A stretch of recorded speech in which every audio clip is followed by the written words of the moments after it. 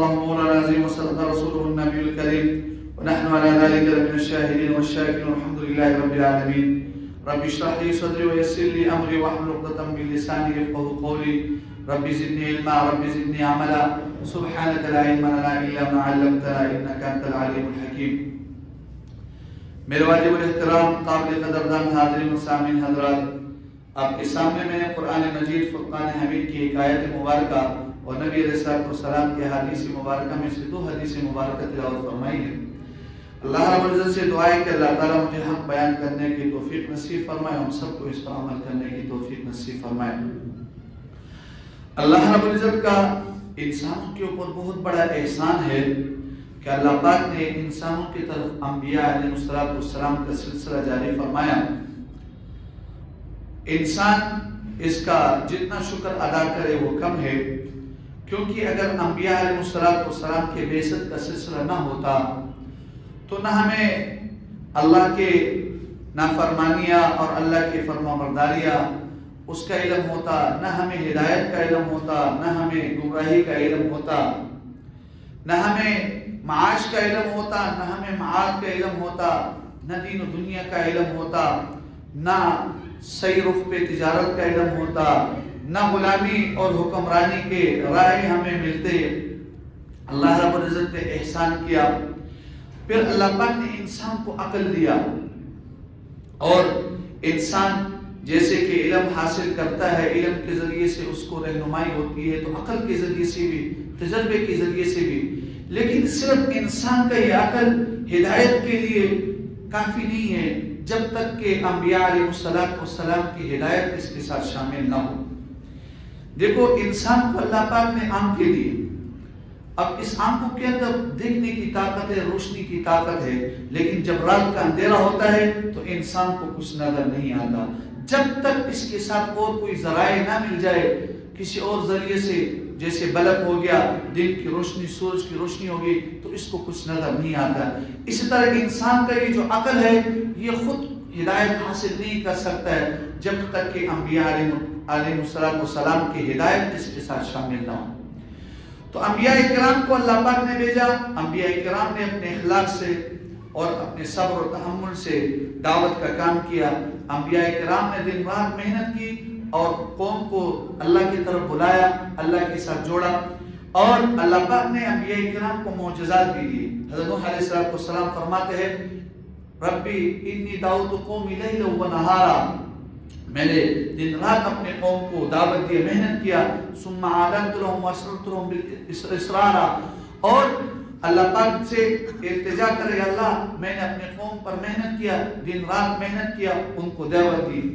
لیکن انبیاء کرام کے جو امتی ہوتے اس میں 2 طبقے بن جاتے ہیں۔ ایک تو وہ ہوتے ہیں جو انبیاء کرام کو بات کو مانتے ہیں، ان کی اتباع کرتے ہیں، ان کے احکامات کی فرما برداری کرتے ہیں اور ان پر اپنے جان نشاور کرتے ہیں، یہ تو مومنین ہوتے ہیں۔ دوسرا طبقہ وہ ہوتے ہیں جو انبیاء کرام کی بات کو نہیں مانتے، ان کا مذاق کرتے ہیں، ان کا استہزاء کرتے ہیں، تو گویا وہ اللہ کے مذاق اور اللہ کے استہزاء کرتے ہیں۔ تو اگر ہم دیکھتے ہیں جو ہمارا حکومت وقت ہوتا ہے، اگر ان کی جو پالیسی ہوتی ہے، ان کے جو احکامات ہوتے ہیں، اگر اس کو کوئی فالو نہیں کرتا ہے، اس کا مذاق اڑاتا ہے، سرعام مذاق اڑاتا ہے، تو حکومت حرکت میں آتی ہے اور پھر ان کو سزا دیتی ہے۔ اس طرح یہ جو احکامات ہوتے ہیں یہ انبیاء کرام بتاتے ہیں، لیکن انبیاء کرام واسطہ ہوتے ہیں، اور جو لوگ انبیاء کرام کا مذاق اڑاتے ہیں اور ان کے احکامات کو نہیں مانتے تو اللہ پاک ان کو سزا دیتے ہیں۔ اور سزا کی 2 طرح کے ہوتے ہیں، ایک تو یہ کہ اللہ پاک ان کو عذاب دیتے ہیں، ان کے اوپر زلزلے لاتے ہیں، ان کو دنساتے ہیں، ان کے اوپر جو ہے طوفان لاتے ہیں، ان کے اوپر جو ہے چیخ اور آواز کی جو ہے عذاب آتی ہے، قسم قسم عذاب آتے ہیں، ان کے اوپر فرشتے نازل کرتے ہیں۔ اور دوسرا عذاب کی صورت یہ ہوتے ہیں کہ انبیاء کرام کو اور ان کے اتباع کرنے والوں کو کہا جاتا ہے کہ ان کے ساتھ قتال کرو، جہاد کرو، چنانچہ وہ ان کے مقابلے میں اللہ کے حکم کے مطابق وہ آتے ہیں میدان میں۔ یہ جو دوسرا عذاب ہوتا ہے اس میں تھوڑا سوچنے کی نوبت آتی ہے، موقع ملتا ہے۔ جو پہلا عذاب ہے اس میں تو ان کو موقع نہیں ملتے، اللہ کا عذاب آ جاتے ہو وہ نیست و نابود ہو جاتے ہیں، سب آستے سے مٹ جاتے ہیں۔ لیکن یہ جو دوسرا عذاب ہے گویا یہ عذاب اللہ پاک براہ راست خود دیتے ہیں، لیکن اس میں ایک واسطہ ہوتا ہے، ایک آلہ ہوتا ہے، وہ انبیاء کرام اور اللہ کے نیک بندے ہوتے ہیں۔ جیسے ایک حکومت وقت کا جو بادشاہ ہوتا ہے، صدر ہوتا ہے، وہ کسی انسان کے بارے میں پھانسی کا حکم دیتے کہ اس کو پھانسی دیا جائے، پھانسی تو وہ خود نہیں دیتے لیکن وہ پھانسی جلاد دیتا ہے، اور پھر لوگ کیا کہتے ہیں کہ بھئی اس کو صدر نے، اس کو بادشاہ نے، اس کو گورنمنٹ نے اس کو جو ہے نا پھانسی دیا، لیکن پھانسی کو جلاد دیتے ہیں۔ اسی طرح یہ جو مومنین ایمان والے ان کفار کے ساتھ لڑتے ہیں، قتال کرتے ہیں، انبیاء کرام کرتے ہیں، یہ قتال براہ راست کوئی اللہ کر رہے ہیں، لیکن یہ مومن اور یہ جو انبیاء کرام ہوتے ہیں یہ واسطہ ہوتے ہیں۔ تو اسی طرح ہر پیغمبر نے اللہ کے لیے جس وقت قوم نے ان کی بات کو نہیں مانا، اللہ کے عذابات سے ڈرایا، تو ان کے ساتھ بعد دفعہ جو ہے نا جہاد کا اور قتال کا نوبت آیا۔ آپ علیہ السلام سے پہلے بھی بنی اسرائیل کے اندر جو انبیاء آتے رہے ان کو بھی یہ حکم ہوا اور انہوں نے بھی قتال کیا۔ سورہ بقرہ کے اندر اس کی تفصیل ہے۔ چنانچہ آپ علیہ السلام نے مکی زندگی جو 13 سال گزارے اس میں یہی حکم تھا، فاعف واصفح حتی یأمرک اللہ، یہاں تک کہ اللہ پاک کا کوئی دوسرا حکم نہ آ جائے، آپ نے درگزر کرنے، آپ نے معاف کرنے، مشرکین آپ پر جو بھی ظلم ڈائے، جو بھی تکالیف دے، آپ نے ان کو معاف کرنا ہے۔ تو مکی زندگی میں آپ علیہ السلام کو یہ حکم نہیں تھا جو باقی انبیاء کو دیا گیا تھا، کفار کے ساتھ قتال کرنے کا۔ لیکن جب آپ مدینہ منورہ تشریف لائے، آپ کی 10 سالہ زندگی ہے، اس میں آپ علیہ السلام کو قتال کا حکم دیا گیا۔ اذن للذین یقاتلون بانہم ظلموا وان اللہ علی نصرہم لقدیر، ایمان والوں کو اجازت دیا گیا قتال کرنے کا، الذین خرجوا من دیارہم، کہ جن کو اپنے گھروں سے نکالا اور اپنے مال اور اپنے اولاد سے دور کیا گیا، جنہوں نے اللہ کے راستے میں ہجرت کیا، تو ان لوگوں کا بھی اجازت دیا جاتا ہے کہ وہ کفار کے ساتھ قتال کریں۔ وقاتلهم حتى لا تكون فتنہ، ان کے ساتھ اس وقت تک قتال کرو جب تک یہ فتنہ شرک باقی نہ رہے، شرک ختم ہو جائے، شرک دنیا سے ختم ہو جائے اور دین اسلام غالب ہو جائے، اس وقت تک آپ نے ان کے ساتھ قتال کریں۔ لہذا آج کے اس مختصر وقت میں آپ علیہ السلام کے جو 27 غزوات ہے اور 56 چھاپا مار دستے جس کو سرایا کہتے، غزوہ اس کو کہتے کہ جس میں آپ علیہ السلام نے بنفس نفیس خود شرکت کیا ہو، اور سریہ اس کو کہتے جس میں آپ علیہ السلام نے صحابہ کرام کو بھیجو۔ مختصر آپ کو اس کے سامنے کچھ باتیں بتایا جائے گا۔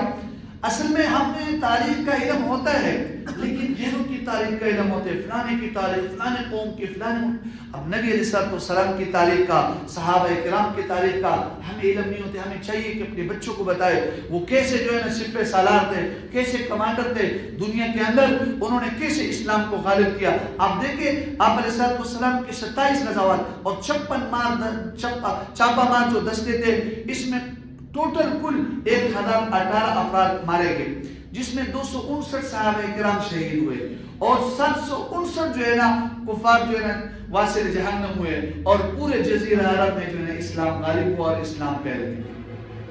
لاکھوں کروڑوں آدمیوں نے اسلام کو قبول کیا اور صرف صحابہ کرام میں سے 259 صحابہ کرام اور 759 جو ہے کفار جو مارے گئے، صحابہ کرام شہید ہو گئے، تو جزیرہ عرب میں اسلام پھیل گیا۔ تو آپ علیہ السلام نے یہ غزوات کیسے کیے؟ کتنے غزوات؟ امام بخاری رحمۃ اللہ علیہ نے زید بن ارقم رضی اللہ تعالیٰ عنہ سے ایک روایت آیا، اس میں انہوں نے ذکر کی کہ 19 غزوات ہوئے، اور علامہ جریر طبری رحمۃ اللہ علیہ نے نقل کیا اور اس پر سب کا اتفاق راجح قول یہ ہے کہ آپ علیہ السلام کے 27 غزوات ہوئے۔ 27 غزوات میں آپ علیہ السلام نے بنفس نفیس خود شرکت کیا۔ ان میں سے 9 غزوات ایسے جو مشہور ہے اور جن میں جھگڑا ہوا ہے، قتال ہوا، کفار کے ساتھ لڑائی ہوا۔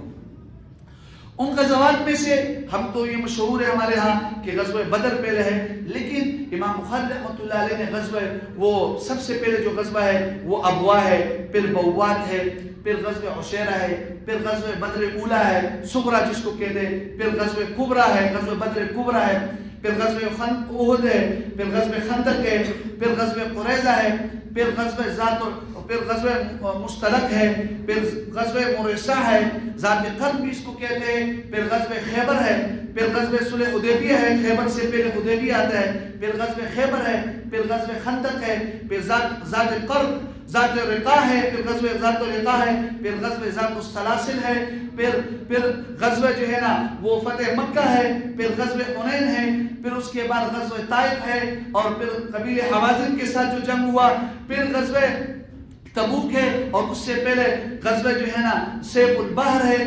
یہ جو غزوات ہوئے ان غزوات میں آپ علیہ السلام نے یعنی بنفس نفیس شرکت کی ہے. یہ 27 غزوات ہے. 9 غزوات میں جنگ ہوا ہے. ان غزوات کو بیان کرنا امام بخاری رحمۃ اللہ علیہ نے اس پر کتاب المغازی پورے کتاب باندھا ہے.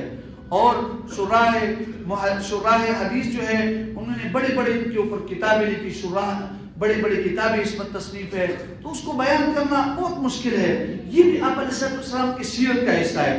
چونکہ ہم سیرت کے جو ہے نا موضوع کو بیان کر رہے تھے. 7 ہمارے موضوعات ہوئے تھے. بیچ میں عمرے پہ جانا ہوا تو 2-3 جمعے جو ہے نا سیرت سے ہم ذرا ہٹ کے. تو یہ جو غزوات ہے یہ بھی نبی علیہ السلام کی سیرت کا حصہ ہے.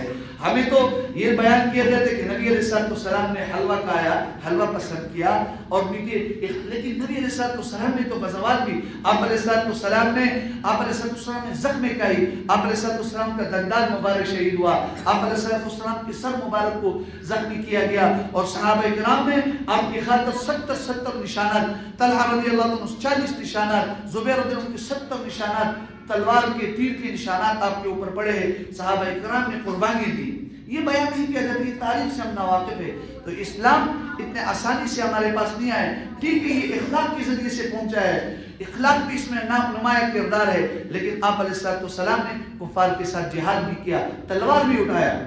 اس میں 2 قسم کے غزوات, ایک اقدامی ہوتے ہیں اور ایک جو ہے نا دفاعی ہوتے ہیں. دفاعی یہ ہے کہ آپ علیہ السلام کے اوپر حملہ کیا گیا اور آپ نے دفاع کیا. جیسے آپ جتنے بھی غزوات کو دیکھو گے, جیسے غزوہ بدر ہے یہ تقریباً 80 میل کے فاصلے پر ہے. غزوہ احد ہے یہ تو 1-2 میل 3-4 کلومیٹر بالکل مدینہ منورہ مسجد نبوی سے جب دیکھو گے تو آپ کو احد کے پہاڑ نظر آئیں گے, تو یہ بالکل نزدیک ہوا ہے. غزوہ خندق یہ بھی مدینہ منورہ کے حدود میں. یہ جو بڑے بڑے غزوات ہیں تقریباً سارے تقریباً زیادہ تر جو ہے نا اس میں وہ دفاعی ہوا ہے. لیکن غزوات اقدامی بھی ہوا ہے, جہاد اقدامی بھی ہوا ہے. اقدامی اس کو کہتے ہیں کہ آپ علیہ السلام نے کفار پر پہل کیا. اس کی وجہ یہ ہے کہ یہ باغی تھے, یہ سرکش لوگ تھے. آپ دیکھو یہ جو ہمارا گورنمنٹ ہے, حکومت ہے, اگر کوئی آدمی اس چوک میں کھڑے ہو کر کہتا ہے میں اس حکومت کو نہیں مانتا ہوں, اس کے قانون کو نہیں مانتا ہوں, اس کو فالو نہیں کرتا ہوں, تو کیا پتا آپ کو کیا ہے, وہ اس کو چھوڑ دیں گے, اس کو سزا ملے گا. یہ باغی ہے جو حکومت کو نہیں مانتے, حکومت یعنی وقت کے بادشاہ کو نہیں مانتے, اس کے خلاف بغاوت کرتے تو ان کو سزا ملتا ہے. تو وہ یہ تو حکومت عارضی ہے, ہمیں بادشاہ نے پیدا نہیں کیا, نہ ہمیں کھلاتے نہ پلاتے, لیکن اس کی وجہ سے ہمارا ملک محفوظ ہے اور دوسرے دشمنوں سے محفوظ ہے. ہم صحیح طور پر عبادت کر رہے ہیں, اپنے آپ جو ہے نا خوب اچھے طریقے سے احکامات کو پورا کر رہے, اپنے بچوں کے لیے رزق کما رہے, تو پھر بھی ہم اس کے خلاف نہیں بول سکتے. یہ قانوناً یہ پالیسی ہے. لیکن وہ ذات جس نے ہمیں پیدا کیا, جو ہمیں کھلاتا ہے پلاتا ہے اور ہمیں اس نے زندگی دی ہے, ہمارے لیے اولاد دیے, بیوی بچے دیے, اگر ہم اس کی نافرمانی کرے اور کل عام بغاوت کرے تو کیا اس کا کوئی سزا نہیں ہوگا؟ اس کا بھی یقیناً سزا ہے. تو اس کے لیے پھر یہ ہے کہ اللہ پاک نے حکم دیا اذن للذین یقاتلون بانہم ظلموا, اور اللہ پاک نے ان اللہ اشتری من المؤمنین وانفسهم باموالهم ان لهم الجنہ, اللہ پاک نے تو ہمارے جانوں اور ہمارے مالوں کے بدلے یہ جو جنت ہمیں دے دیا کہ تم اپنا مال خرچ کرو گے, اپنے جان کو اللہ کے راستے میں قربان کرو گے, اس کے بدلے میں تمہیں جنت ملے گا. یقاتلون فی سبیل اللہ فیقتلون ویقتلون, اللہ کے راستے میں جہاد کرو گے, قتال کرو گے, خود بھی شہید ہوگے اور اوروں کو بھی قتل کرو گے, اور اللہ پاک تمہیں اس کی خوشخبری دیتے ہیں یہ جو تم نے خرید و فروخت کیا اس پر تم کامیاب ہوں گے. تو صحابہ کرام کا یہ نقشہ جو جہاد کا ہے, جو آپ نے غزوات کی, ہمیں اس کا علم ہونا چاہیے. ہمیں معلوم ہونا چاہیے کہ ہمارے بڑوں نے کتنی قربانی دی, ہمارے بڑوں نے یہ دین کے لیے کتنی بڑی قربانی دی. ہمارے پاس یہ دین اتنے آسانی سے نہیں آئے, صحابہ کرام نے قربانی دی. تو ان غزوات کا ذکر امام بخاری رحمۃ اللہ نے کتاب المغازی کتاب باندھے. اگر تفصیل سے پڑھنا چاہتے تو آپ اس کو پڑھو تاکہ ہمیں اپنے بڑوں کی تاریخ معلوم ہو. مختصراً چند غزوات کے بارے میں آپ کے سامنے اشارہ کرتے ہوئے بات کو آگے بڑھاتا ہوں. غزوہ ابوا, سب سے پہلے جو غزوہ ہے غزوہ ابوا